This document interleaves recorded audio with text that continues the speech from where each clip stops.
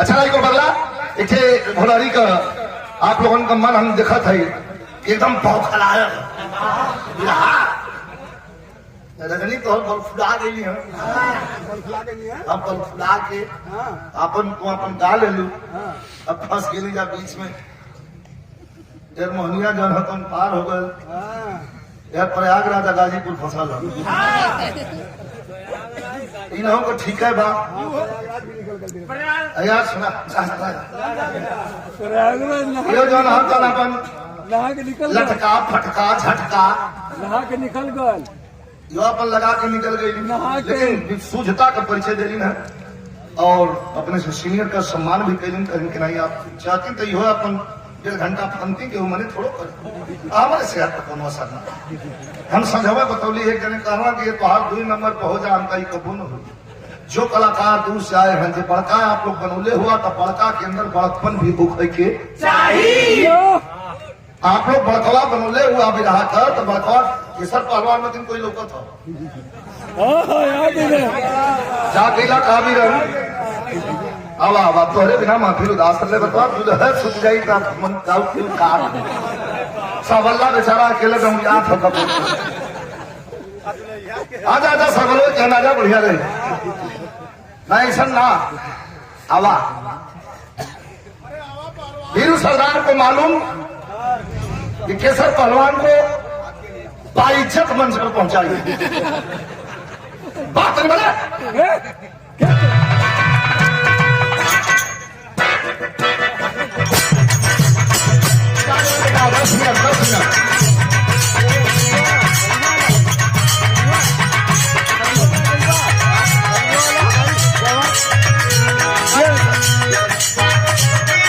अब बिहार का फरमाइश मत करा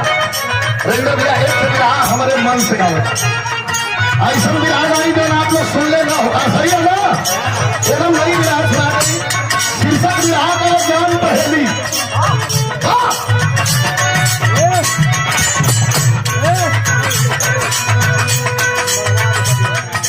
हारमोनियम भैया कम हो गए कहाँ लेना ये भैया साउंड वाले हारमोनियम प्लीज हारमोनियम से बना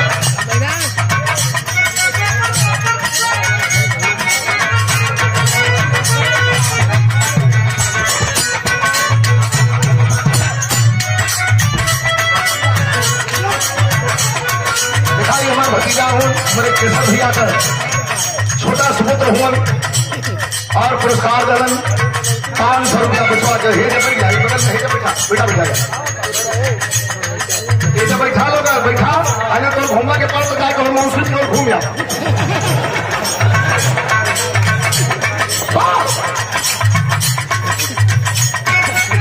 अरे यार आओ था फोटो खींचा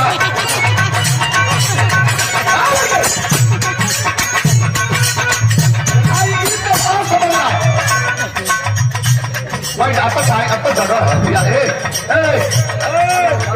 आगे मत देखा गीत का जगह है ये भैया कम से पीछे 1000 रुपये लगो भैया बैठा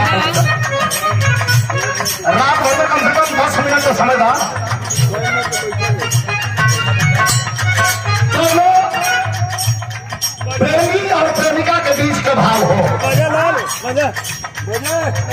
लीड देख ले बेटा बढ़ा दो उसको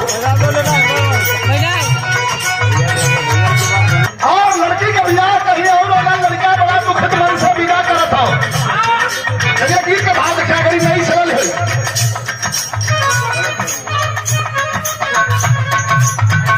क्या इशारा करता है अरे जान जई भूत जा ऐसा प्रेमी ने दखल हो डालो कि जान जई भूत जा खुश रही हा सदा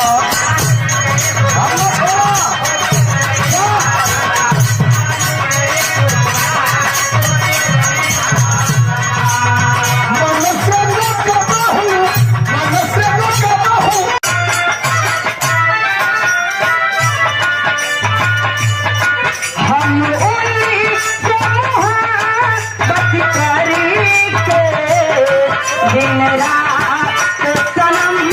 रो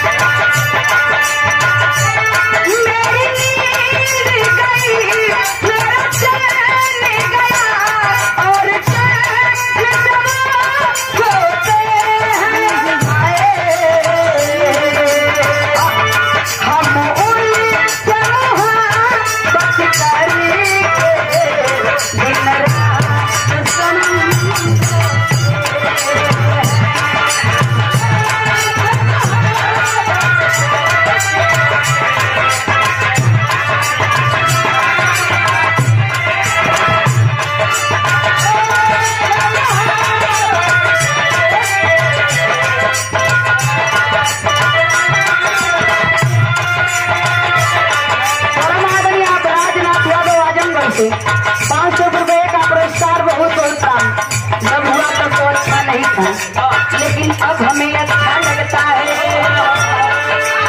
अब दिल को धड़कना तुम्ही ने सिखाया, दिल को धड़कना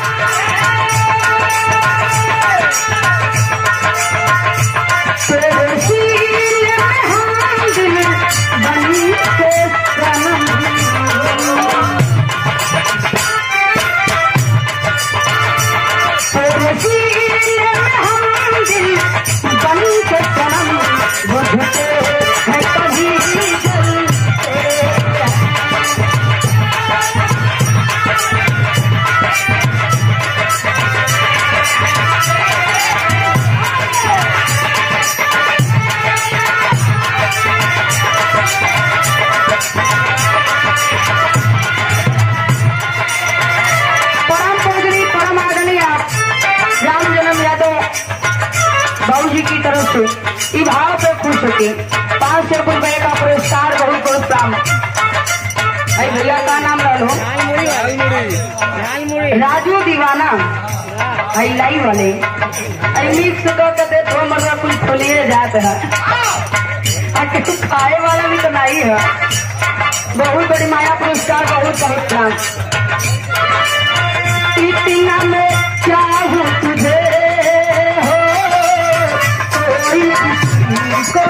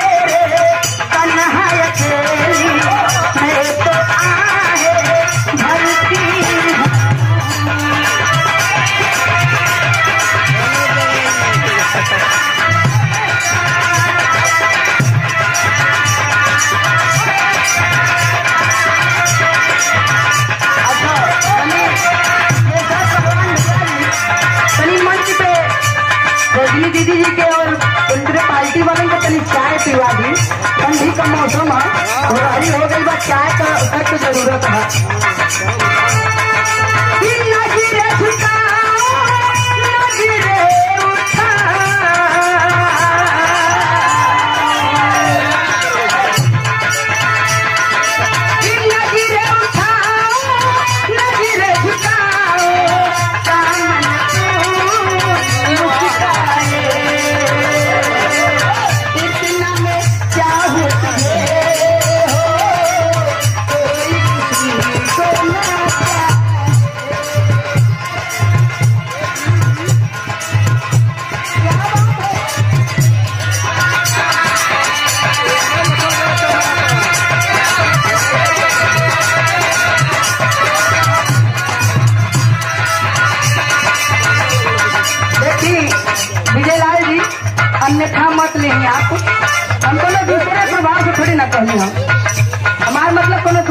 पता नहीं है कैसे दवाई कैसे दवाइया कर जवा के जाई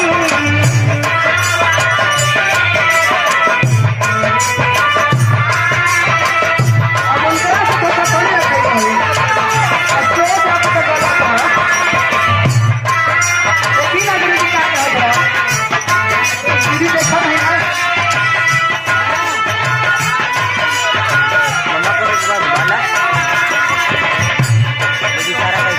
सहल सहलाना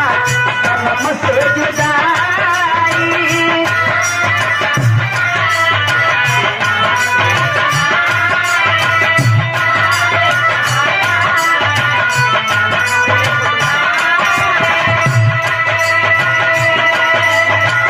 सहल सहलाना शर्म से जुदाई कैसे कराइया कर जवा के जाई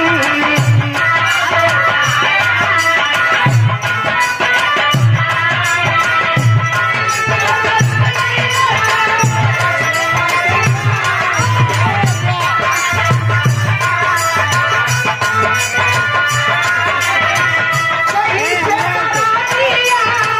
कर जवा के जाई परम पूजनी परम आदमी लोगन के गुमराह करत हुआ कोयला धो के टहरत हुआ लोग कि 1001 रुपए का पुरस्कार ई भाव पे कहले सहारा ना सनम से जुदाई कैसे दर्दिया कर जवा के जाई बदला मास्टर